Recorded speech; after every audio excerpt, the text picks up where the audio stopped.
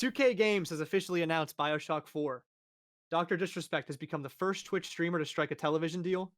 Streamers DrLupo, Timthetatman, and Lirik have signed exclusive contracts with Twitch. And Metacritic has removed 6,000 negative Death Stranding reviews, changing the game's score from 5.1 to 7.4. But first, is RNG too prevalent in competitive gaming? This is Arcadian Insight.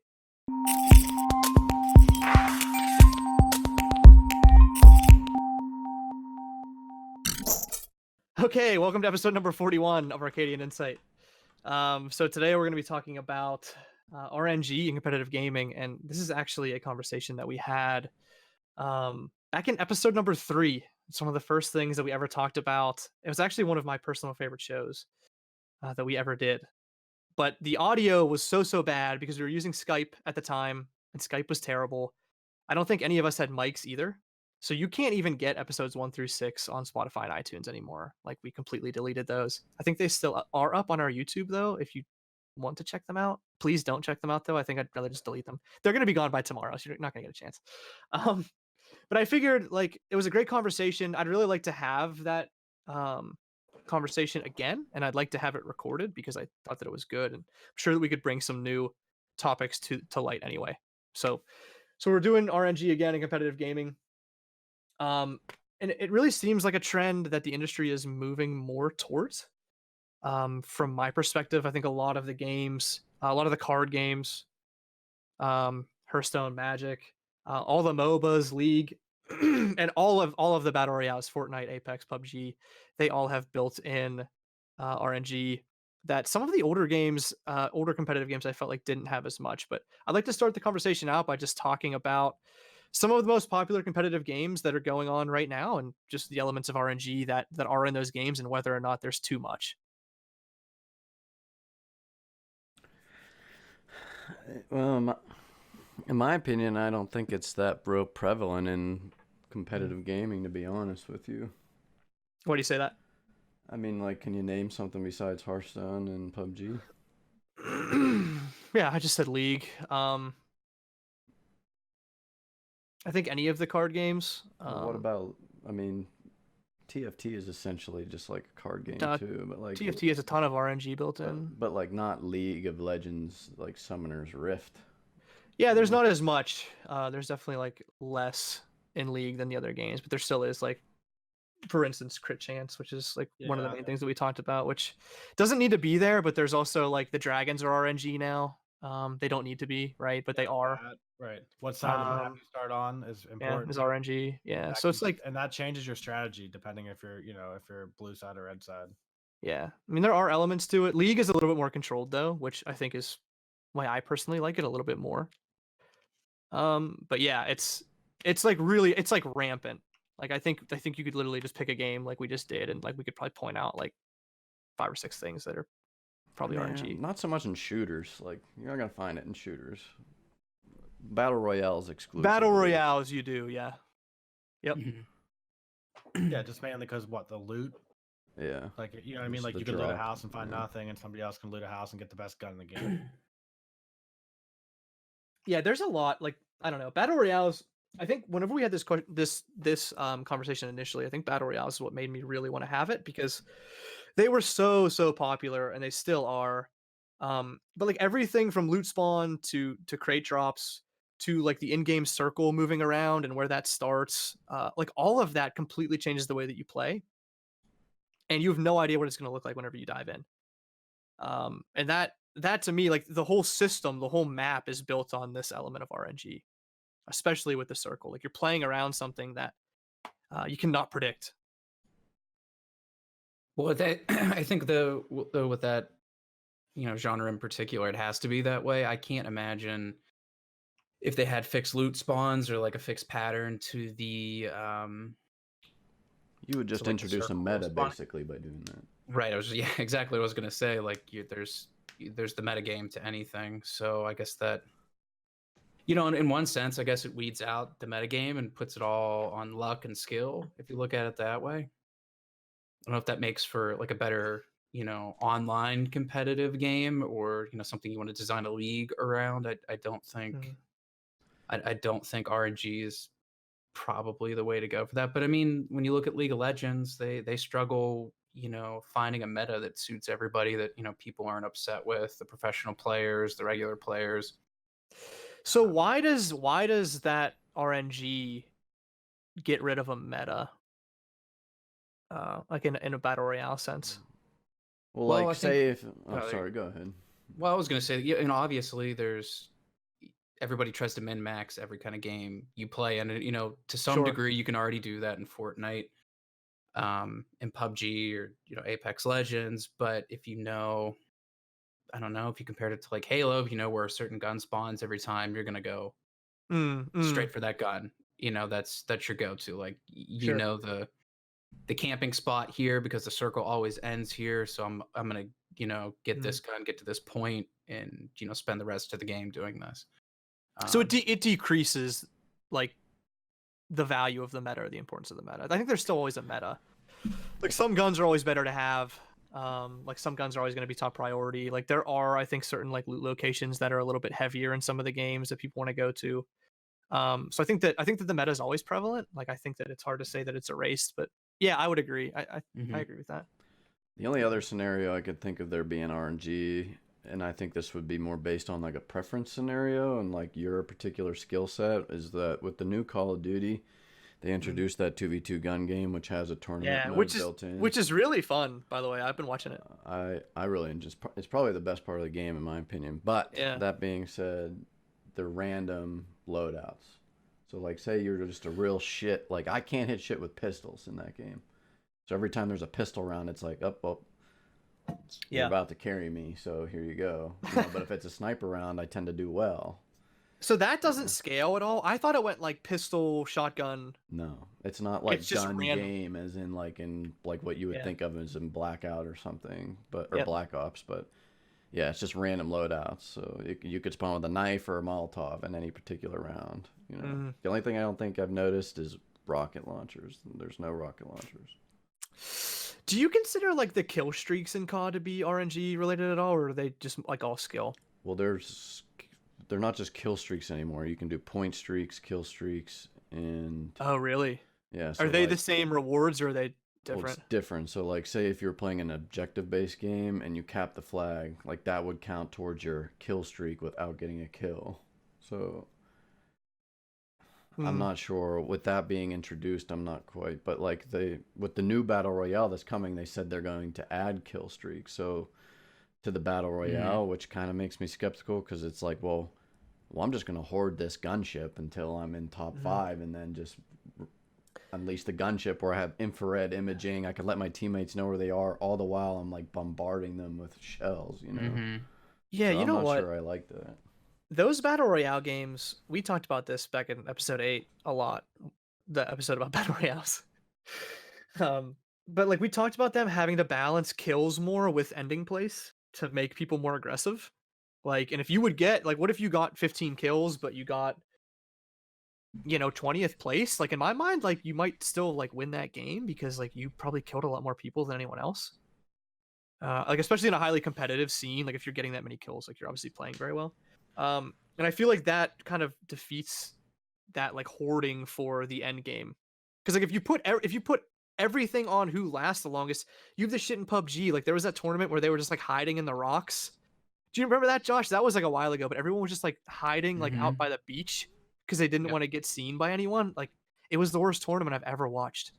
Well, I think didn't they start like a scoring system for kills for teams? Wasn't that like a standings in that sense? I think when DrDisrespect did like the red zone tournaments or whatever that he has, or I don't know if it's specifically those tournaments or other ones, but when they had Blackout, like exactly what you're saying, they used kills, and whoever had the most, and they went. It was really strange how they did it. They went into quads as duos, and whichever team had the most kills by the end of the round counted towards, like, if it was a best 2 out of 3 scenario. So like they collectively had more kills here, they're going to drop in again, whoever does it, and then it's the best 2 out of 3 scenario. But yeah, they did count it for kills. That's interesting. But I mean, isn't that kind of like it's kind of highlighting the limitations of the game? and then trying to make it more competitive, like trying to make that, I don't know, that game more presentable. Whereas something like League of Legends, and we talked about how much less RNG is in fact in that game. Do you think that might directly correlate, in some sense, to also its like appeal, its success, and like the esports landscape compared to these other games that, like even like Hearthstone and PUBG and Fortnite, they're all incredibly popular, but I don't know if their esport is not I think as so. popular. I think so. Yeah, I think it's a great question. And one that yeah, I think that we have to have, and like what's bringing about the RNG in the competitive scene, number one, and like I think number two is like, do like viewers actually like it? Do they think that they like it maybe because it's really exciting like up front, but then the product that you get once you watch it for 2 years is like, it's like a little bit too gimmicky for me. Like this is stupid. Like my favorite player just lost because they like lost this fucking dice roll. I hate this game actually. I think that happens a lot. So yeah, I think that a game like League that has less RNG, that is more consistent, that is more competitive, I think for that fact, is able to last longer and has way more staying power than I think even something like Fortnite. Like we've talked about Fortnite being this like game that just will never die because kids love it. But like I think that it will die because it has that nature to it. I really do. It's never going to last as long as League in my mind. But like look at a game like CS:GO. I feel like there's not a lot of RNG in CS:GO. I feel like it's like a very standard shooter. It's actually like what's kind of kept me away from CS:GO in a sense because it's like almost too bland for me. But look at how long CS:GO has stayed in the limelight. You cannot get that game out of popularity. I almost wish that it would, and it won't. So yeah, I think that you're absolutely right. I think that in the short term, people like the gimmicks of RNG. I think there are games that will survive, but I think the most popular will always be the ones that stick to skill-based competitive gaming. Right, because I mean, you can master those games. You can be a master of CS:GO. I mean, you can master the skills, of playing the game in Fortnite, but I don't think there's like the same level of mastery over the game. Like being able to always compete at a certain level. There's always that element where like you would drop in, like you were talking about before, like bad roll of the dice. Your favorite guy who's obviously, you'd say like Ninja, someone's obviously excellent at the game, but like gets some shit gun and somebody else gets a much better gun right off the get-go and kills him. Like, is that guy better than him now? Where I don't think you don't have that necessarily that scenario in a League of Legends or especially a game like CS:GO. I definitely am in agreement, I think, with Matt and you that like the whole Fortnite, I don't see those winning pots staying at 3 million. You know what I mean? Like I feel like this is just kind of like a fad that'll run its course. It's already, I'm not saying that it's dead or it's dying. It's definitely on the downhill swing of popularity. I think it's peaked for sure. But like, do you see Fortnite having another $3 million first place prize pot next year?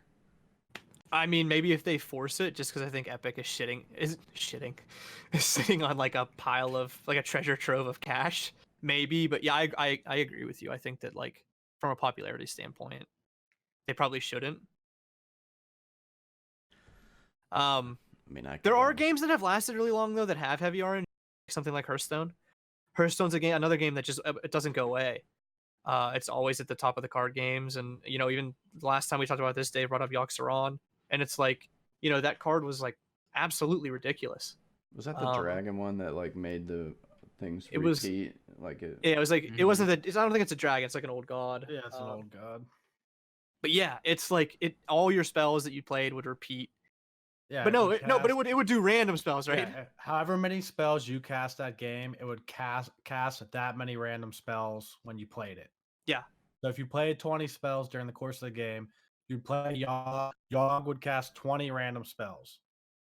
But then they eventually, even if it killed himself, even if like he killed himself by casting one of the spells, it would still cast all the spells. But then they eventually changed it to if he dies casting a spell, then he no longer casts any more spells. It would stop it. Yep.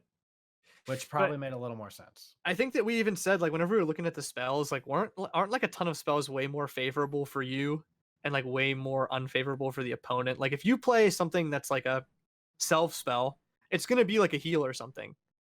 You know, if it's random, and if it's like a spell that shoots something, like yeah, it could hit anybody, but like those like benefit spells, I think like normally go to Well, like the way that they're written, they just go to you. right. And there's more spells that are like target an enemy minion or deal damage to a random enemy or buff your minions. So Mhm. like if you cast Mhm. those, it's never landing on their shit. If it's a buff spell and it's like buff your minions, it's always gonna buff your minions. Yep. If it's deal damage to a random enemy, it's always gonna deal damage to a random enemy. It's never gonna hit you. But like sure, like point like fireball where you can cast it on anything, that could hit you or whatever. Yeah. Yeah. But I don't know. It was an exciting card in the sense like if you had it and you could play it, even if you literally would lose the game the next turn, you had a chance just to automatically win the game and come back. Which from a viewer standpoint is like exciting to watch. Like everybody, you know what I mean? Like in Twitch, like Twitch chat would like fucking freak out Yeah. when like some guy was getting shit on, and Yogg would come out and do like like Tree of Life, heal everybody to full, and then fucking Yeah. clear his whole board, and then like refill his deck and like all this crazy shit. And like everybody go crazy, and it's cool to watch. But when you're playing the game and you're dominating and you're winning the whole game, and like you win the next turn, and the guy just plays Yogg and like it just does crazy shit and you lose, it feels awful. Yeah, it does. It's like it feels really good when it works for you, and it feels really bad when it goes against you.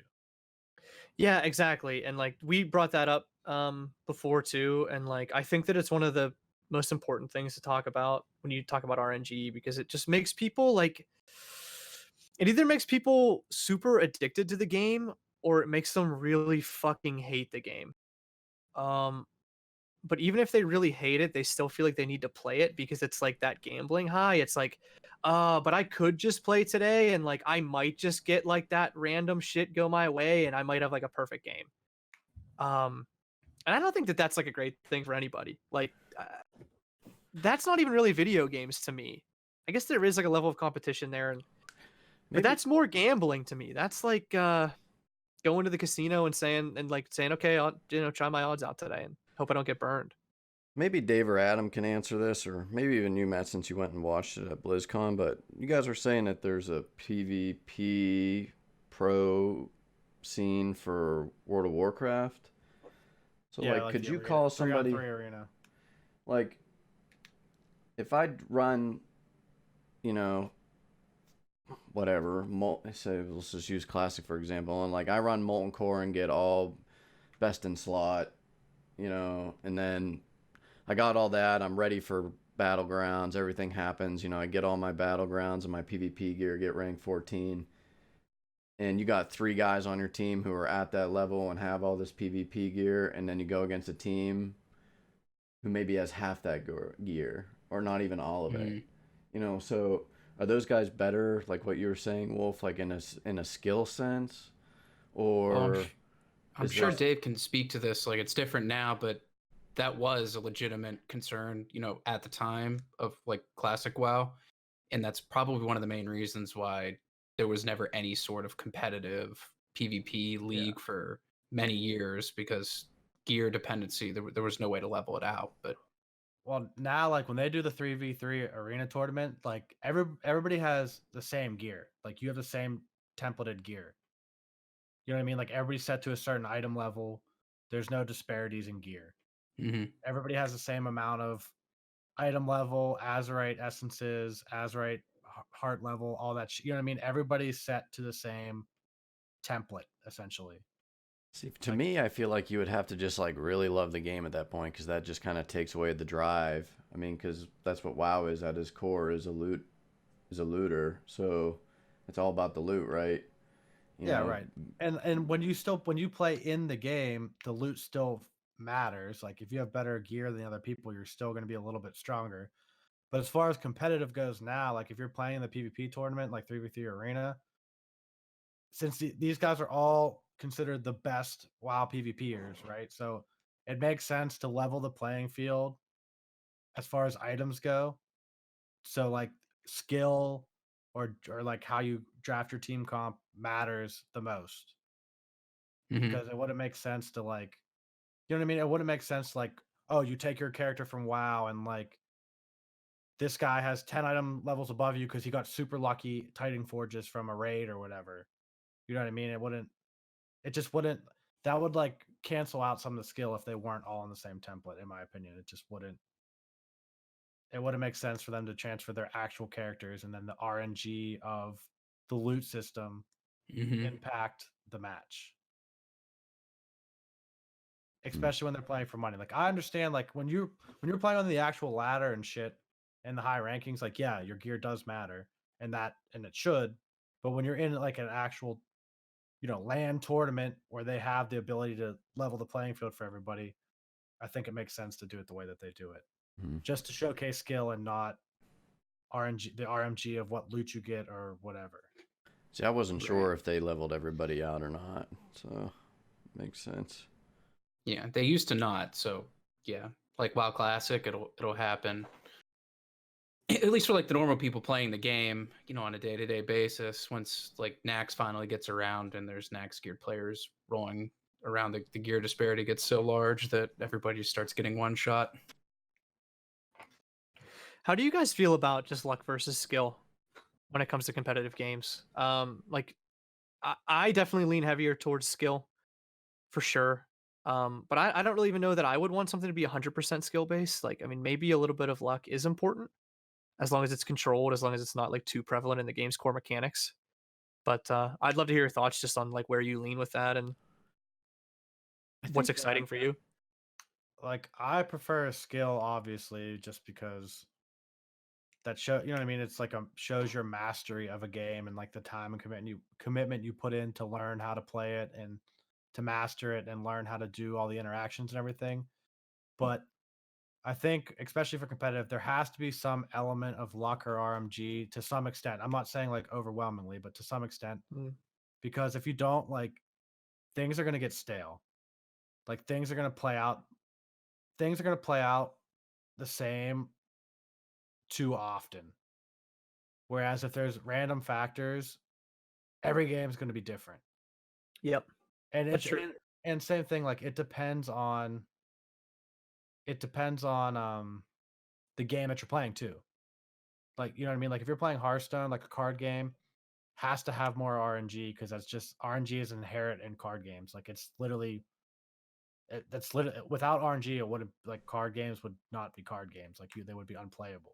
Everyone would play Exodia on the first turn. Right. And like because like I mean just the way card games are, like you have to draw cards, so there has to be some RNG of like what you get when you draw your cards, right? Yes.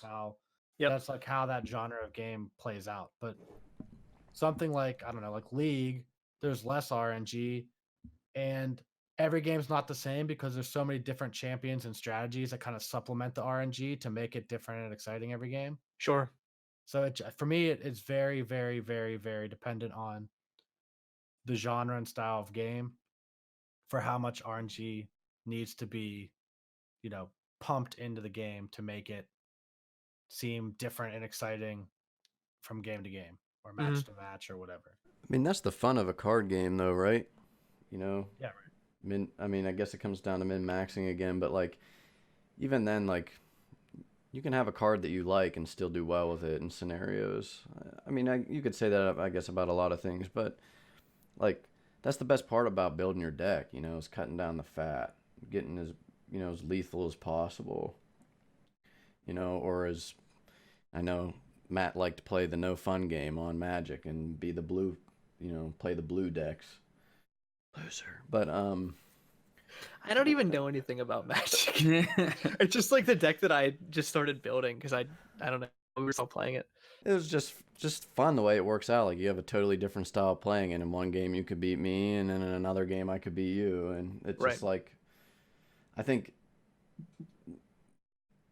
I guess it's just gonna come down to the game and the genre, Like if you're playing a Magic tournament, like it's expected. It's not like whether RNG is gonna dick me over. Usually, probably, I'm sure some people probably go like, well, that sucks. I probably could have won if that didn't happen, but you go in knowing that, especially as if you're like a pro player. You know what I mean? That's probably not a factor that,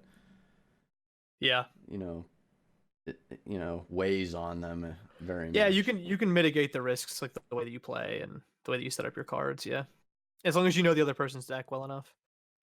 I liked what you were saying, Josh, about the, with the more random elements in the game, you can maybe branch out a little bit and play something maybe not necessarily like the theoretical best, cards or characters in the game all the time and still be somewhat successful. But I feel like a game that maybe suffers from that at times, where you strip some of those elements of RNG and the meta becomes too rigid. A game like League of Legends, where in its competitive, like its highest competitive scene, in the esports leagues, there's essentially characters that are not played or are essentially unplayable in certain metas and things like that, where the game, maybe, I don't know, I think of like a player like Hooney, professional League of Legends player that plays some really like weird off meta stuff every once in a while, and that's really exciting. Like he's a lot of fun to watch, even if you're not rooting for his team. Like that's like a great for the spectator, in that sense. But I feel like you don't get enough of that. Like at times, it's like that cookie cutter kind of standard that every week you're coming back, you're seeing the exact same thing, and maybe League of Legends kind of. And for the most part, that's like out of their control.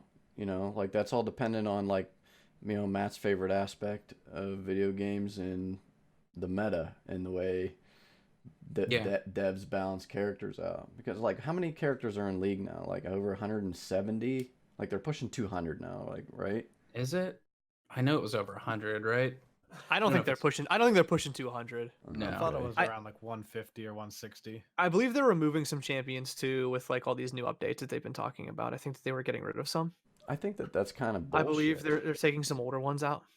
I mean, like, why would you remove content? Like at least just I don't put know. in Maybe a like they mode want, they might want the game to go in some direction, and some of the older champions they just can't rework enough to make them like fit. That's probably what it is. But yeah, that, and just like, well, when you keep coming out with new champs, like there's always a power creep, right? Like they have to make the new champs exciting and cool, and like there's usually a power creep that comes along with that.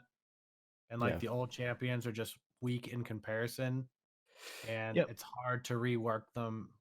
I mean, they like something new all the time. If you think about all the champs that they've like heavily reworked like the last year or two, like they've come out with a ton of new champions, like just based on that. Like like Scion like isn't Scion anymore. Like, and I think that you can probably maybe look at like 5 or 10 cases of that where like these older champions, like the movesets like aren't even remotely similar. They might have like one thing that they used to have, but everything else is just different. And I think like instead of doing that, I think they're just thinking like, wait, why wouldn't we like try to like make some more money and actually like just build a new champion and just get rid of the old fat? I feel like that's just kind of a bummer, you imagine like it is. I mean, I would assume that like they probably wouldn't get rid of a character as iconic as Master Yi, but say you were like Master Yi main, even if he wasn't meta, and they were just like, oh well, we're trimming the fat. This character's out of the game anymore. Yeah, it sucks. And then you're like, well, fuck. Like, and those are like your oldest players. Characters. Those are like your oldest, most loyal players too. The ones that are like really playing those early champs, probably. I have no basis for that statement, but I would assume that. So yeah, it is kind of a shame. But yeah, I think that like a really good mix of skill and luck is probably the best. I would say like something that leans like more towards like skill on the scale, but has like that small factor where there's like a little bit of wiggle room in like the way that the game can play out for the spectator and for the players. But I was thinking about like basketball and football and like popular traditional sports, and they don't really have any RNG. I think that the built-in RNG is literally just like the refs. That's like when you're watching a game like and something goes haywire, it's usually because like the refs blew a call or they called something too severe that they didn't need to do, or weather. Oh yeah, no, weather's a good one. Yeah, weather's a good one too. Doesn't apply to basketball or no, but you're right. No, but you're right. Yeah, weather or even like venue too. Like, you know what I mean? Like, so, like for hockey, like sometimes you play in a rink where if you shoot it off the end boards, the puck bounces out further or something. You know what I mean? So like, there's small changes to the game Yeah. where things that normally wouldn't happen. Those bouncy boards down in Pittsburgh. That drives me Yeah. fucking insane with baseball. I would just make you could just do whatever the fuck you want. You know, the one field has that like giant ass wall. Yeah, on the back Boston. end of it. Yeah, I just make the whole fucking wall like 200 feet high. I know. Why are they allowed to do that? Yeah, They have like an innate competitive advantage over every other ballpark. right. I build my ballpark in like the windiest city with the biggest walls, and then get a bunch of little guys with like high batting averages. No one that's gonna knock it out of the park. It's a Kinda great sound- idea. Yeah. No, it's a good Sounded idea. like a Trump commercial for a minute. Right? Yeah. I'm gonna What build about a a- wall around my baseball field. So what about like halftime coin flip? You know, like you don't think Yeah. Yeah, or like an overtime. Yeah, I agree. That is. And I think there's one very important thing. Injuries is definitely RNG. and Yeah. Very, very, very influential. To the Yeah, game. I don't know if they're random built- number generator on injury. I don't think injuries are RNG though. I know what you mean. They're unpredictable in that sense. I don't know if they're like. I don't think they can be classed as RNG. Or... Like I don't think that guy smashing the Pittsburgh QB with the helmet is RNG. Yeah. Well, I'm just saying, possibly like, given- it's definitely RNG. Like if you're running and like you get tackled and like the one tackle out of like it could happen 800 times and just this one time your fucking joint like moved an extra inch this way and you broke your ankle. Like to me, that's Yeah. there's like freak. And like who That's- gets injured and like, Or like in softball when Moss was chasing down that ball and blew out his hammy. we carted him off. Don't worry. Yeah, no, he's fine now. Yeah. Oh, sorry. There's definitely I don't know. There's definitely a lot of factors, but I think we're getting a little liberal in our use of RNG Yeah. right now. Unfortunately. Yeah, but I think you you are make a right ca- though, Dave. I You think you are can make a case for that too, though. But like sometimes, like you're fucking. If it was like my fantasy team, I would consider like a player injury RNG. Because it's like I feel like it's like complete. It's like I have no control. Like I'm like completely removed from the game. Like, but I feel like if you're like in the NFL, I don't know that it's RNG or not. I don't know why I'm making that distinction. That actually might be really. It's kind of stupid. funny In my that you said mind, that it's because I had the same thought. really okay. Like well, if you're maybe looking at there's it from the something to outside in, maybe. But if like you're in it, you're an individual. You know what I mean? That's how I feel. Like you're Yeah. part of it. Which is a little different though when you compare that directly to video games because there are obvious elements of randomness Yeah. for the actual players too. Like if like I Bjergsen sneezed blows out and, his wrist or something. Like, yeah, that's not RNG, right? I sneezed. I smacked the wrong key. I Well, leaned the wrong unless the direction. keyboard he picked out was like a lottery out of like a giant like box of keyboards, and he picked one, the mechanical one that was just a little too springy, and just blasted his hand. well, that's how they used to do it back in 2014. But I think that they stopped doing the keyboard lotteries Did they? for Yeah. that fact. Well, it was just hurting too many people. I don't think we want to get into a big conversation about it, but I disagree. I think injuries and stuff like that are RNG. I think you can make a case for it. I'm not going to You keep could, harping on yeah. it because you can make a case for it. We could go in circles all day, unless you want to. I mean, we could really make this a long episode. We could just go. Yeah, but I just think we're talking about sports and it's getting away from like video games, so we're kind Yeah, of yeah, yeah. like off. Hey, what about like just to wrap up? What about like just popped to my mind, just like bugs that are just in the game and just occur? Like I know that we've watched League a few times where like you can't see somebody in the brush for some reason by accident. And they have to like restart the game or they miss it and like somebody gets a kill. That's the Yeah. one thing that's a little bit wonky with digital Yeah. games. Hitboxes and geometry. Like, how many times have you died in a shooting game? And this, I've probably blamed, 200% more of my deaths on this than actually happened. But like getting stuck on something, so you're moving, Oh, yeah. and you feel like you're getting stuck, and it's like, God damn it, that guy killed me because I couldn't move, or whatever. And really, you probably should just weren't paying attention, and like, oh, that stump was right there. Do you consider RNG in like a battle royale?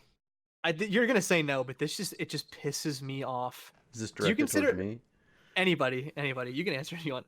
Do you consider RNG in a battle royale when like you're literally like, well, actually two things. Let's say two scenarios. I hate battle royales. One, you land and somebody just lands next to you and like you're just dead. Like is that RNG, number one?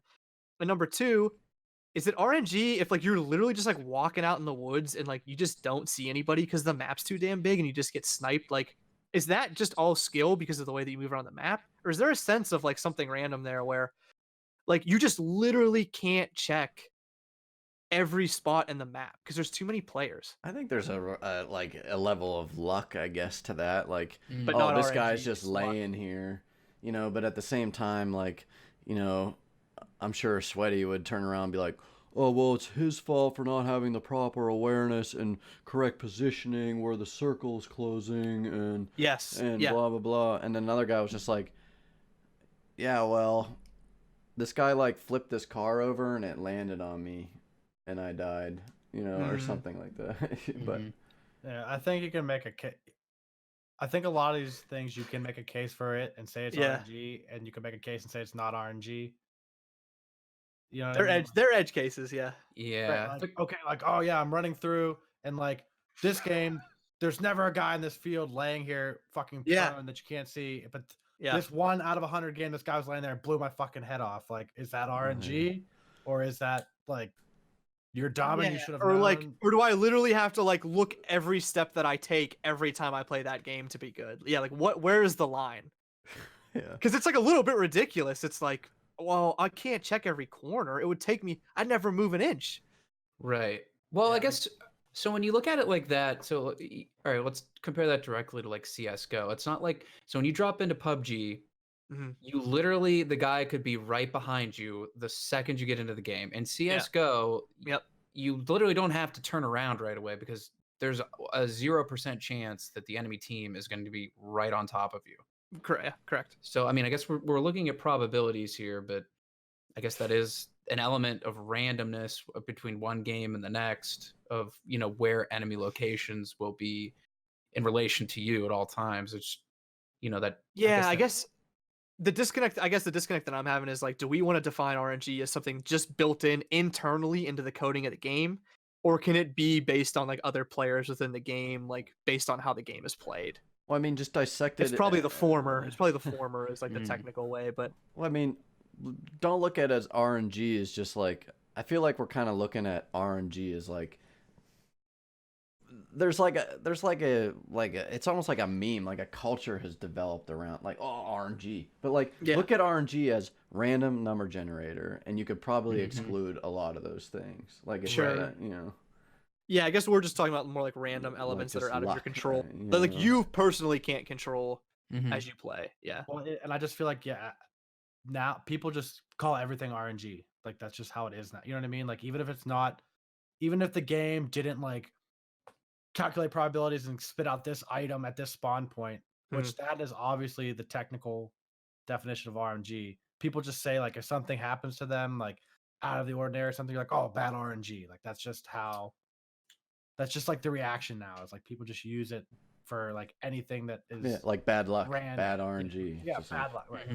It Yeah, is. and I think due to like the streaming culture and stuff, like nobody ever wants to think that like, you know, maybe they just like aren't very good or they made a misplay. Like it's always just like, oh no, like, you know, how could I have ever known? Like it's a 1 in a million, doc. And that's like human nature to like want to think that it's not your fault and like you didn't do something wrong, something just happened. You know what I mean? Like that's just your psychology wants you to default to like, it wasn't my fault. I didn't screw up. Somebody else, like something stupid happened that was out of my control. Right. So there's like, so I play a lot of Tarkov, and it's not competitive or anything, but like, so there's systems in the game, like bullet pen is a percentage. So like armor and the type of armor you use plays a lot of, so there's a lot of elements that are changing percent chances and all this stuff. Like if you wear a face shield and a guy's using a bullet that has, you know, just blah, blah, blah penetration, and you have a class 4 visor, there's a matter of luck. Like I've gone in completely decked out, like walking around like a literal fucking juggernaut and gotten one tapped. And then there's times when I've got no armor and I'm getting my arm shot off. And I'm still just running around like, just taking painkillers, you know? So there's just like so many like avenues that you can look at this from and say just like Dave said, like, well, bad RNG, you know. So I don't know. To go back to the original question, like, do I think that it's better or worse in a competitive scenario? I think it just all depends on the game. Like we said, that that's part of what makes card games fun, you know. And then on the other sense, it's like, well, fuck, that guy spawned right next to an AK. I got the Winnie lever action. Like, great. This I was playing this round for like 100K. You know, thanks, game. Yeah. Well, actually, I think that's a great way to end this conversation, Josh. Like, why don't we just go around? It can be quick. You can say as much as you want. You can say one word. But let's just try to solve the actual title of the show. Is RNG too prevalent in competitive gaming? In your opinion? No, I don't think it's too prevalent. Right. I think the biggest games are the smallest abusers of RNG, is how I look at it. I think we talked about the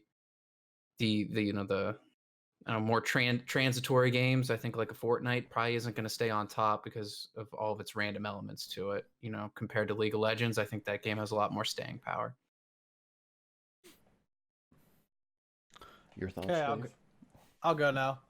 I'm not gonna give a yes or no answer because Gotta do it. why would I ever do that? Well, okay. Well, I'm gonna say if I'm forced to answer the question, I will say no, strictly because games that usually do employ lots of RNG, there's usually it's not decided on one game. It's usually a best of 5 or a best of something where there's more games for things to even out. For the RNG to even out. Where like if you're playing a Sure. Hearthstone game, 1v1, one game, winner take all, then RNG is too prevalent. But if you play over the course of 5 games, you would expect there to be a much higher chance that each player would get a more similar amount of RNG to each other. You know what I mean? Something, yeah. So I'm going to say no, just because usually games that have RNG or randomness elements in competitive play, they usually have some kind of, best of series or a tournament bracket where even if you lose, you can come through the losers bracket or something along those lines, where they play more games and it allows for the randomness to, smooth out or even out over the course of the events. That's a good point. Josh? Didn't I just go? Oh, you said no, right? Yeah, I'm gonna say no to. It's a very hesitant no. I'm a hesitant no, except I'm gonna make an exception for battle royales because I hate them. I'm a no on everything, but I'm gonna say yes on battle royale. That's my answer. I just don't think battle royales make a good competitive environment. They don't. I hate them for competitive. Like, if you want to play them, like if your 11-year-old wants to play them after he gets home from school every night, like, that's fine. But if you want to make it competitive, like, get the fuck out of my face. Let's jump down to trending news. 2K Games has officially announced Bioshock 4. The game won't be released for several more years, but it has been in production since early 2015. It's being worked on by a brand new studio called Cloud Chamber. The team is working in 2 locations, San Francisco Bay Area and Montreal. The studio is headed by Kelly Gilmore, who has worked in the industry for 22 years, the majority of which were spent working on, Adam, you'll like this a lot, the Civilization franchise. And here's a quote from Kelly Gilmore just on, I think, the expectations, just what they're trying to do in development for this new title. We can't get into our development plans just yet, but we can agree that the narrative in any Bioshock game is a popular and much discussed topic for fans and critics alike. Our team is very focused on this aspect and well poised to deliver another powerful story. Making the next Bioshock game is a responsibility that does not fall lightly on any of us. What's great is that there are many directions we can consider. Listening to everyone's thoughts, including those of our fans, will continue to be important as we shape our vision for the game. I guess just my 2 cents just before I pass it off. I just want to say I love this franchise. I'm really excited that a 4th one is coming out. It seems like they're respecting the core values of the game and the narrative being the main thing. But I mean, obviously we'll see. There's no details yet, but I'm just very optimistic. Well, I mean, if you can look at like Kelly Gilmore, I'm not sure her actual track, her contributions to, like, I don't even know how you say, Firaxis or whatever, the company that made the Civilization games. I mean, that is a a high quality product over, its last 5 iterations have been absolutely breathtaking. Like, those are great games and the great production value, and if she carries over that same level of like professionalism to franchises beloved as Bioshock, I think there can only be a good outcome. I think as long as she wasn't the team lead on Beyond Earth, I think everything's gonna be just fine. Well, she was sleeping during that. I think. Yeah, she had like a 2-year coma. She was the brainchild of it. Yeah, right. Let's go to space. I'm interested to see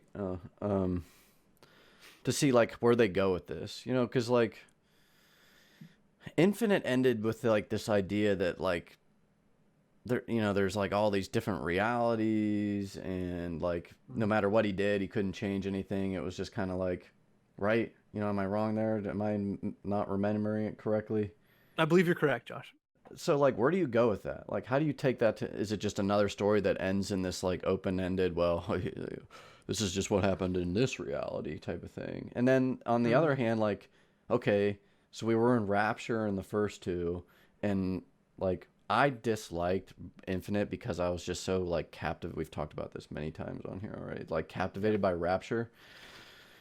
And then like even when I went back to Rapture in Infinite with the DLC, it was just kind of like it wasn't the same Rapture though. I was here twice already.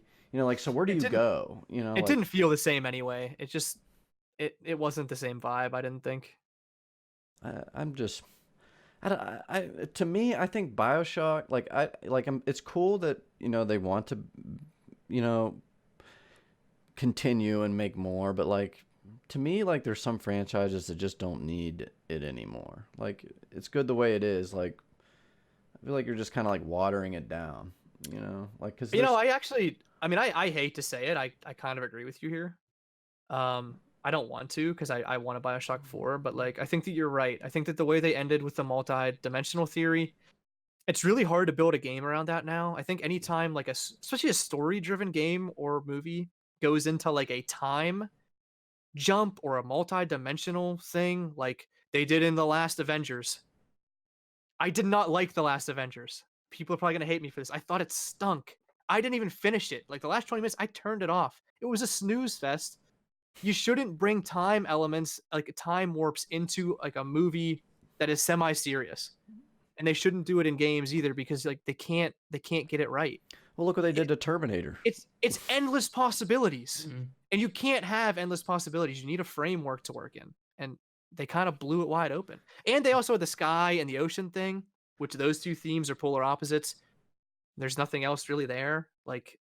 Unless this one's just on Earth, then it's just like, well, what makes it, I guess I already made my point here, but like, it's just exactly what you were saying. Like, you end up getting to the point, like, look at Terminator, like, you are just literally, like, the people who originally came up with that idea, are going back and remaking new movies, or not remaking, but making new ones, and retconning other shit. You know what I mean? So, like, I don't know. Like, I'll play it, I'll buy it, I'll play it. I enjoy it. They've all been good. They've never let me down.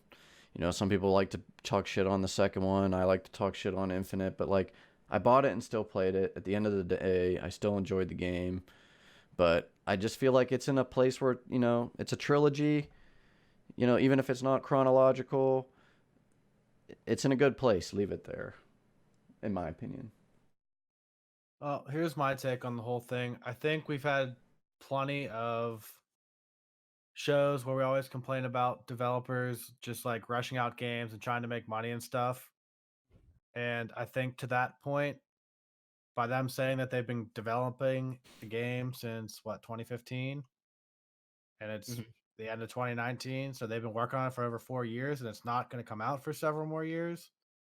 I think from that standpoint of like people putting more time into their games and making them more quality and like all those things we always preach about, I think you have to give them credits, at least at the moment, that they're taking their time and doing what they can to make sure it's a quality game. Like, they're not just rushing it out to make money. Yeah, and just to clarify, like, there was another studio working on this originally, and it got rebooted and moved over to this newer studio, which kind of accumulates for that, or makes it understandable for that time gap. But your point's still the same, Dave, and I think it's correct. It's just that they saw a problem with whatever was going on there, and instead of releasing something and forcing something, they literally just moved it over. And there's not many studios that would have taken the care. Right. So for me, you have to give them credit for that, since especially because that's what we always preach about is like people just companies just rush out games to make their money, make their quick bucks. They leave bugs in, they leave all these quality of life things out, whatever. And it seems like here, like they're like, you know what, this isn't good enough right now. Let's take our time and figure it out and release a good product, even if it's going to cost us money in the end. Yep, I agree. And didn't they leave out a bunch in Bioshock Infinite from like what was supposed to come upon release? Weren't there a bunch of trailers that showed like a different Elizabeth, like a more built out Elizabeth, and like more that you could do with the skyhook and things I don't that remember. were originally built in? I'm pretty sure that they took those out to push the game out on like ahead of schedule or on time. I mean, there's a lot of that stuff in every game's development. It's just stuff that gets hacked. Like, remember watching the first Halo 2 trailer, and the brute jumps on the warthog and starts like individually slapping the Marines out of the warthog. You know, like I never saw that in the game, but that was up front. But not to be a complete pessimist here and just a downer. I mean, look at Anthem and Destiny's track record. Like, those games had 5, 6, 7 year game development cycles, and the only, and I guess you could, David, turn around and say, well, yeah, well, that's exactly what I'm saying is, like, instead of resetting, building from the beginning again, and taking the time, they just axed that time off and had a stagnant release date. They never adjusted a release date according to, like, where they were at in the development process. It was just like, get it out, so let's hope that, that whatever happened when it jumped studios, they're taking their time. It's pretty much exactly what you're saying. They're not keeping some stagnant date that they need to have this game out by. Take your time, put it out when it needs to be out, or is good enough to be out. Mm-hmm. Yeah, I agree. I don't know. I mean, I thought Destiny. I don't want to get into it. DrDisrespect has become the first Twitch streamer to strike a television deal. This is like so fucking awesome. It's I love it. He's working with Skybound Entertainment, the production company of Robert Kirkman, who is the creator of The Walking Dead. A very obvious combo there, the Doc and Robert Kirkman, I think. There's no details here regarding the show currently, so kind of similar with Bioshock. This is like a very, very new announcement. Like, there's nothing really out about this, except that it may involve some animation. And whether that means it's going to be entirely animated or just have bits of animation throughout totally remains to be seen. This also does not mean that the show has been bought yet. Once it's finished, it will be shown to potential buyers such as Netflix, and then if a deal is made, the show will air at that point. So this is just like in production. We've discussed in the past about how Doc has completely separated himself from other streamers by creating this brand and persona that's completely unique to him, and in my personal opinion has really set him above other streamers and other people in that same profession. I think that he really is the best at what he does. And I see this deal as a testament to that, to his commitment to his character and quality. But I'd love to hear what you guys think. We've been seeing a lot of news about streamers getting bought, and we're going to talk about 3 more in the next news story here. But this is a really awesome move for the Doc. The more DrDisrespect I have in life, the happier I'll be. I agree. I don't want to totally derail this. I it's really exciting. I like DrDisrespect a lot, but I was curious, television deal, when, and you're saying, this will be pitched to potential, Netflix, maybe even like cable television productions. And that's what I was thinking along these lines. Do you think, like cable television is going to start to get more on board with showing video game, I don't know, streaming video game personalities on television? Are they going to, is someone like potentially, who's going to be the first to like jump into the water and maybe buy a Doc's TV show? I think they either do or they drown, right? Well, As long as I mean, people. I think in like the next 5 to 10 years, I think somebody has to make a like. There's just so many people moving away from TV. You always hear about like people cutting the cord. I don't watch any TV. There's no reason to. Well, and It's like all commercials even, anyway. Yeah, and even like AT&T and all these big companies, like they're creating like online streaming platforms now Right. and Good point. moving away from the cable package because they all realize that like that's just where the trend is going. That's what people want. People want to be able to, stream things and do things without cable boxes and wires and all that shit. That's the nature of the business now. And like when companies like AT&T and shit are like in Disney Plus and HBO Go and all this shit, like everybody's pushing their new online platforms. Like that is, to me, if that isn't a clear indicator that people are getting away from TV, then I don't know what is. Whenever the TV companies are like getting away from TV and creating online content platforms, I don't know what else would be a bigger indicator of the shift to that new medium. I mean, you got to think they're probably behind it a little bit too. Sorry, I'm good. Oh no. Well, I mean, the two-time is probably the closest thing to an actor that we have like in the gaming industry right now. Like, I can't really think. He builds a character, this persona, like you said. He has his own. He's created a brand. Whether it's something that could carry on forever. I mean, he could be like fucking Batman if he really wanted to be. Like. Who's gonna play DrDisrespect like 50 years from now? That kind of thing. I love it. Hey man, yeah. Go ahead, Josh. He wasn't fucking around when he said he's at the tippity top, but he's really only halfway there. Yeah. I try to find that quote all the time, and I cannot find him saying it on YouTube. I love when he said that. Yeah, it was some of his best stuff. So the plot for this TV show apparently is like how like Guy Beam, like his actual like human name, like person, became DrDisrespect. And I don't know if it's gonna be like when he's younger, like if it's gonna be like him being raised by his parents, like to have a lot of respect for everybody, and then like something happens and like he takes a turn for the worse. I don't know what the plot will be, but like I could see it being just fucking hilarious. Like I have no idea what to expect. Yeah, either that or it's like so bad it's good kind of thing. That too. Yeah, and some platform is gonna pick it up. I can guarantee it. Yeah. I don't think that the creator of The Walking Dead would be like throwing money and time into something that was like so stupid if there wasn't some kind of success rate expected. Right. If like it's obviously a calculated risk. Like they think this is gonna be something. They wouldn't just be doing it for the hell of it. You could probably get away with just putting it on Twitch and running it as like a TV show on Twitch every once in a while. You know how they do like the marathons and stuff like that? I bet that would be incredibly popular. I'm just saying, like, look at Netflix. There's some fucking stupid ass shows on there that nobody in their right fucking mind would watch, that Netflix fucking paid somebody to take their shows. Oh yeah. Well, then why wouldn't like Amazon whatever just pick it up? Because like they own Twitch too. What's the Amazon one called? There's too many. Like this is how it's getting now. It was just the Prime Video. Is it just Prime Video? Okay. Yeah, Prime Video. Total boomer moment for me, but I guess it can't be prime time, right? Yeah, I guess it can't be prime time though.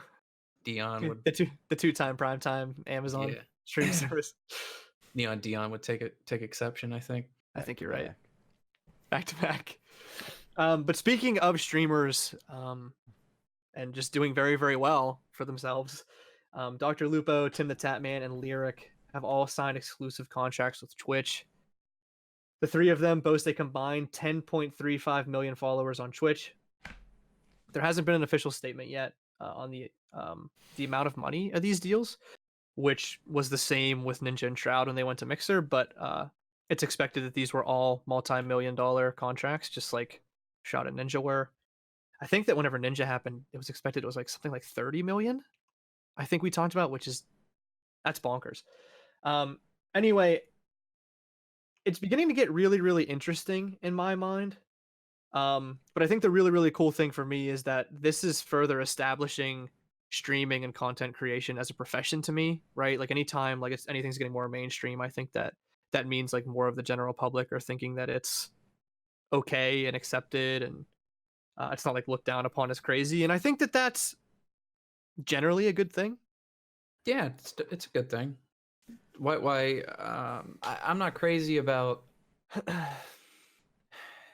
these streamers are fine. And my personal opinion aside, I feel like Twitch really dropped the ball when they let Shroud and Ninja fall through their fingertips. And I think they're going to be paying for it for a long time. This is probably their answer. This is obviously their answer to it, to try and recoup what they can, because I don't think they really were too worried about their longevity when Ninja left, but I think, you know, Shroud going too, I think that really kind of tipped the scales in everybody else's favor to go out there and maybe start, you know, put money into your own streaming service, that kind of thing, that you can compete against Twitch a little bit more than you thought you could. You can get these big names to come over. As long as you have the capital, yeah. I think it's just, like you said, their way of holding on to them. But I wanted to make a point about the Dr. Disrespect thing, but it had too much to do with this topic, so I just held off. But you said just with these exclusive, you know, like, will we see television move over? You know, will we see them on television? And I think just like, as long as there's these contracts that are this new thing that's happening with these streamers, I don't think you could ever, I mean, maybe, unless, you know, unless you start seeing places like NBC like buy exclusive, you know, like, could you see that happening? You know, what, you know, because they have their own, you know, like, online apps, you know, right, that they can run programs on. So, I mean, it doesn't necessarily have to be cable television, but I think, I mean, this contract thing is, I mean, there's only so many, like, big names in the streaming industry, right? Like, there's the elite, and then there's like just a mass of just kind of like, we're hitting 1,000, 2,000, 3,000, and then just an ocean of that's kind of what I wanted to tens, that's actually kind of like, I'm glad you brought that up. That was like the next point that I wanted to talk about. And it's like, how do these deals start affecting smaller streamers? And do they affect them at all? I think, in my perspective, I think on the one hand, they give somebody that's smaller like something even more concrete to work towards. So I guess if you're really, really driven and you have talent, like, it's something that, you know, like, if you really, really get big, you might get like an exclusive contract and make a ton of money. So that's good. I think it also says that streaming isn't going anywhere. I don't think that we ever thought that it was, but I think now we definitely know that it's not.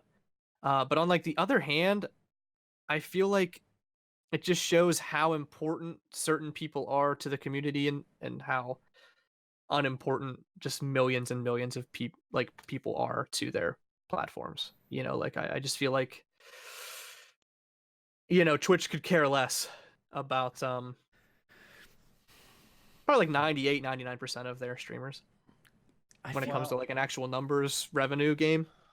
I have a few points. One, I think the contracts are a really good thing, because that gives you, as like a creator and like a streamer, you have security. Like, Yep. you're locked in. Like, you can't just be you know what I mean? And like, you have some, just like a sports I mean, I don't know the exact terminology in the contracts, obviously, but I'm assuming they're guaranteed so much money, pending, you know, assuming that they continue to stream and whatever. But, you know, you're locked in. Like, you can't just like get fucked. You know what I mean? Tomorrow, everybody can't be like, "Oh, I don't like this guy anymore."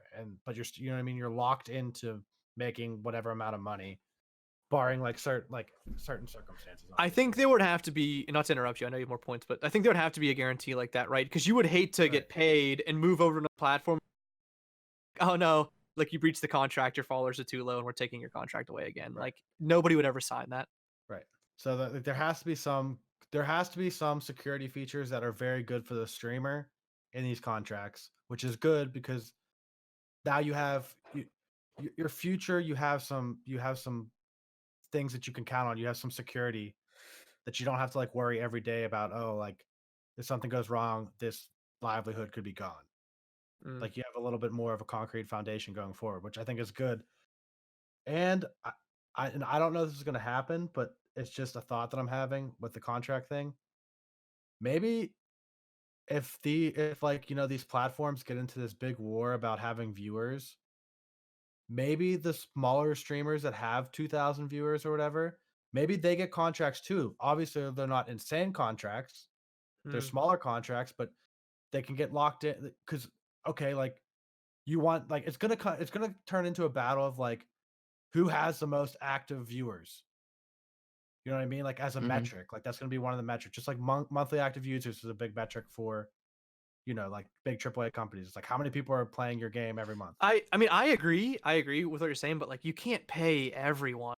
No, and I agree with that. I'm just saying, like, if there's gonna be, I think there's gonna end up being a certain threshold where, like, you know what I mean? If you get 2,000 viewers consistently or whatever, 5,000, whatever the number is, I don't know what the number is gonna be, but if if Twitch is trying to make their numbers look better than Mixer, there's gonna be people that they want to not lose no matter what, and they're gonna be willing to give them some amount of money. It's not gonna be $30 million like Ninja or one of the big guys, but they might, you know what I mean? They might lock into like a $20,000 a year contract or something, but like that's guaranteed money for the streamer on top of what they get in donations and whatnot. So that could end up being a huge deal, especially if they're fighting for viewers. Like they like, okay, is it worth $20,000 to have, you know, an extra $500,000 views for the year?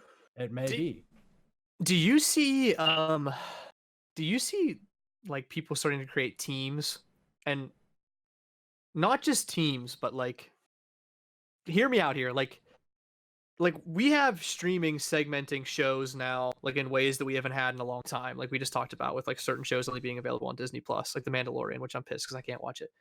But like, what if in the near future, or 10 years or 15 years, we see people that they say, okay, we have 50 streamers on our payroll.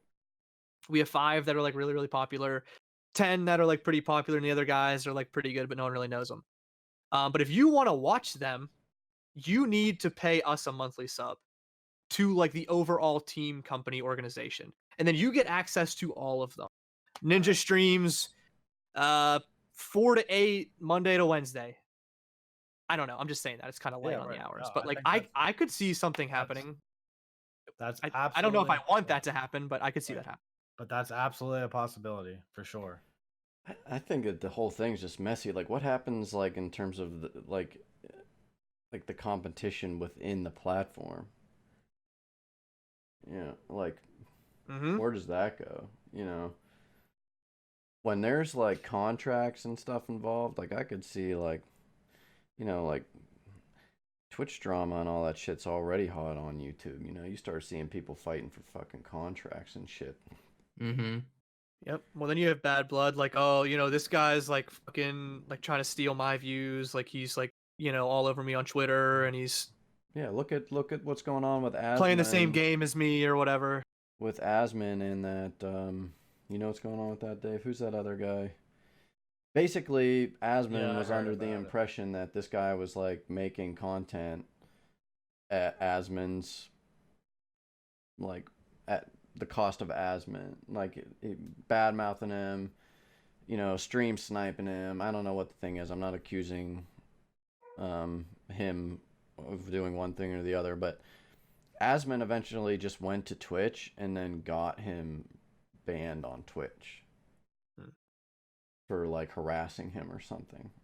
Okay. And then there was a lot of people who came to his defense who are still fans of Asman's. Like, that was way too far, dude. Like, you're like literally messing around with his livelihood because you couldn't take a joke, you know, or something.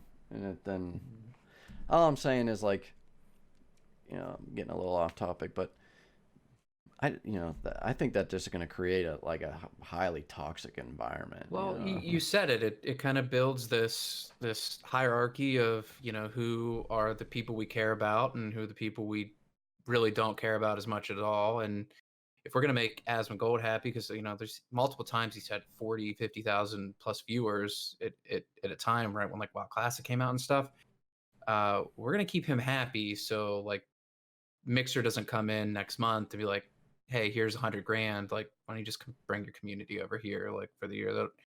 Right. I think you'll enjoy it, and we'll protect you. And like, I get your concerns, but like, in every other facet of life, isn't this true though?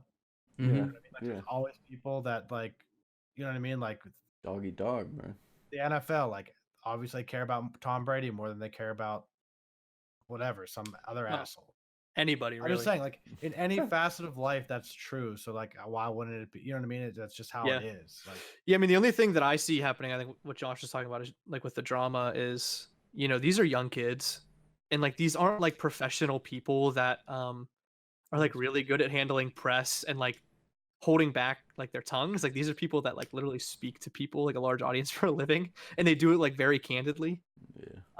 And you see like what happens with rookie receivers and things in the NFL, like getting hotheads and like wanting to get out of their contracts, and like I see that happening a lot in the near future with Twitch. Last news story of the day here. Metacritic has removed, this is kind of a weird one.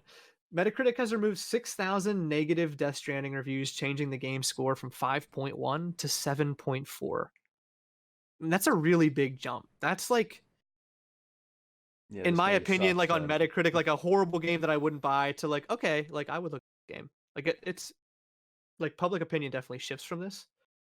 There were 78 new positive reviews written between the 4th and the 5th of December, while the number of negative reviews dropped from 9,335 to 2,906 in the same time period. Right now, currently, there are 8,864 positive reviews and only 3,207 negatives. So there has been like a huge shift in the amount, obviously, from this change. Metacritic has chalked up their actions to review bombing as they flag users for suspicious activity, or at least as they said they did. And here's a quote from them. Metacritic takes issues of potential score manipulation seriously and has a number of policies in place to maintain score integrity. Moderators regularly review the site and remove any entries that do not fall within our guidelines, in addition to a moderation queue where Metacritic users can flag unusual behavior. Moderators then review and remove any entries that violate our terms of service. So, I mean, that's a lot of jargon, but that's what they said. This reminds me a lot of like the Steam Borderlands 3 review bombs that we talked about a few months ago. When Borderlands 3 revealed they were going to be exclusively on Epic, and then everybody came in and Borderlands 2 and Borderlands 1, and then Steam removed those. But this is like a little bit different. This game has been out like for a while. Like I don't think there's been any announcement that would cause like this hefty amount of. So I'd love to get your thoughts here. This is kind of like a weird story that I'm having trouble wrapping my head around. You and I talked about this earlier, and I think this is just flat out bullshit. Like, to make a game, like, okay, if your MO and prerogative is to go on a review website and like or put out a bot that's going to generate 1,000 negative reviews in the course of 24 hours, like, whatever, man, like, get a life. But at the same time, 5.1 to 7.4, exactly like you said, that's like saying like, well, it looks like I'm never touching this game, to, oh, maybe I'll get it on sale. You know, so like, I heard all, like V said he really enjoyed it. Like, are there elements of this game that I'm sure are enjoyable? Like, okay, yeah, it all comes down to a matter of opinion, but like, I just don't trust this at all. This just is shady to me. Like, who, I wouldn't think that Kojima would like slide Metacritic a bill under the table or anything to say, hey, hype my game up or anything. But like, no, but I bet Norman Reedus would. I doubt it. But you see what I'm getting at here? Like, this is like shady. Like, this shit's like not cool. Well, here's what's a little bit shady to me. It's always the negative reviews that go away, but there's never fake positive reviews. Why is that? Oh, but I mean, was that really the case, or? Yeah, you can't even try. Sorry, go ahead. Yeah. I mean, you have to assume that there's a lot of Hideo Kojima fanboys out there that were going to give the game a 10, whether he like just reskinned like Barney's Big Adventure or whatever, and made it edgy. 10! Yeah, and everyone's like, oh, he's a genius.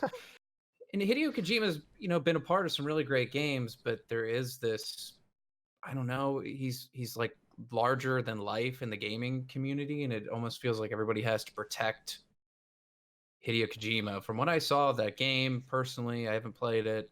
It didn't look like a game that would hold a candle to Metal Gear Solid. I would say that. I wouldn't play it. I think a lot of people would probably say they're completely different games and they look like it. But there's some obvious signs that, you know, there's some pandering here towards him, and I'm sure a lot of people went on there, and you probably should get rid of all the reviews that are like zeros and ones and twos, because just from like a graphical standpoint and, you know, the acting and the story elements, that game is not a 0 or a 1 or a 2. Like I can say that just by looking at it.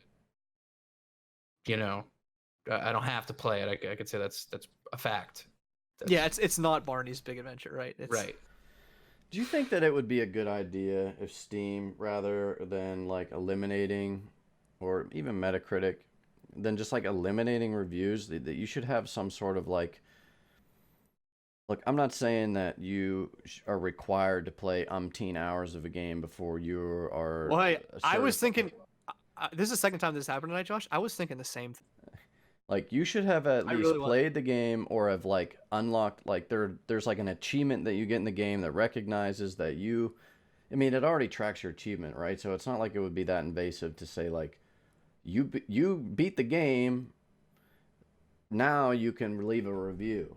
You know, you can't, because like I've been looking forward to GTFO for a few years now. It just came out yesterday. Within 12 hours of the game being out, all negative reviews.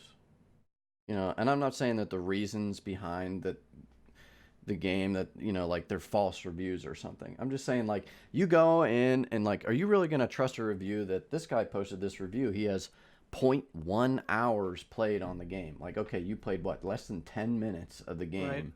Yeah, you probably what just the refunded fuck it. do you have to say? Yep. You know. Yeah, I think the biggest problem with like review bombing or whatever, how do you determine what reviews are actual people reviewing the game and what people are just giving it a negative review because they don't like the game, or they don't like the producer, or they did something to piss them off, or if it's just a fanboy that didn't even play the game but just loves the studio and posting tens. So you have to. That's our problem, right? So how do you fix it? And I think the only way to fix it, and like the best way, it's never going to be perfect, right? It's just not something that can ever be perfect. But there's definitely ways to improve it. And I think the point you guys made about some sort of like, you have to have so many hours logged into the game and then link your account to the review site or whatever, something along those lines, or like a disclaimer in, like, you know what I mean? It's like, this guy played it for 0.1 hours. This guy played it for 30 hours. So like, I'm going to take the guy that played it for 30 hours, his review, more seriously, because he actually fucking played the game. For the guy that played it for 10 minutes, why would I take this guy's opinion because he didn't really play the game? There has to be some way to filter it out without just like, because like, what are they doing now? How do they filter it out? Like, I feel like this just pushes like more power to the influencers and the streamers, which like we see happening every day, right? Like past like 5 years. But it's like, who can you trust? Because like the gaming websites that do reviews, you can't trust them. You really can't. I mean, they have like the worst takes on everything. And you can't trust the user reviews now, for the most part, unless it's like really a masterpiece and it's just like known that this game's great. So who do you turn to? You just have to hope that one of your favorite streamers plays the game, right? Like, look, And then if they like it, then you buy it. there could be that, or friends, like, you know what I mean? If you have friends that play games, like, there's definitely, I have friends that play games, and like I would value their opinion. You know what I mean? Like, I know they're not feeding me shit, so I think it's like a balance between like watching streamers play it, reading reviews, seeing what your friends say. You know what I mean? You have to like kind of take input from all. I mean, when it comes down to sources, like brass tacks, that's not what it's about, though. You know what I mean? Those guys aren't going to look at like what, you know, if there's 7 good reviews and 3 bad reviews, and the 7 good reviews are just smiley faces or thumbs up symbols, and the 3 bad reviews are like thought out, processed, like paragraph, article long bad reviews, you know, that game is still going to show up according to the algorithm on Steam that it's positive over it is negative, when these guys are just like, you know, or say, you know, it could be opposite. You know, 6 reviews are good and the other 5 have dicks drawn on them. You know, it's like, so one of the points in this article was that yes, they removed the scores from these bad ones, but they left the wording. Like they left the word reviews on the site.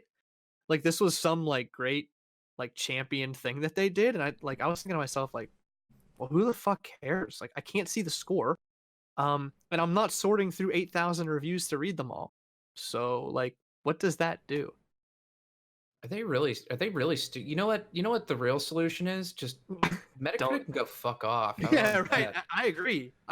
It's just a bad. They've been doing this bullshit for like the last like 10. I don't even know how long they've been around, but like it's like years and years. You hear about Metacritic like fudging their numbers, like oh, what should you know, yada yada game. Like all the critics gave it like a 10, and all the users gave it like a 2. So, you know, we adjusted that correctly and it got a 9.9. So, but yeah, and it's like, well, like Death Stranding, it's a 5.1 or 7.4. And then you look at like, I'm going to piss people off again.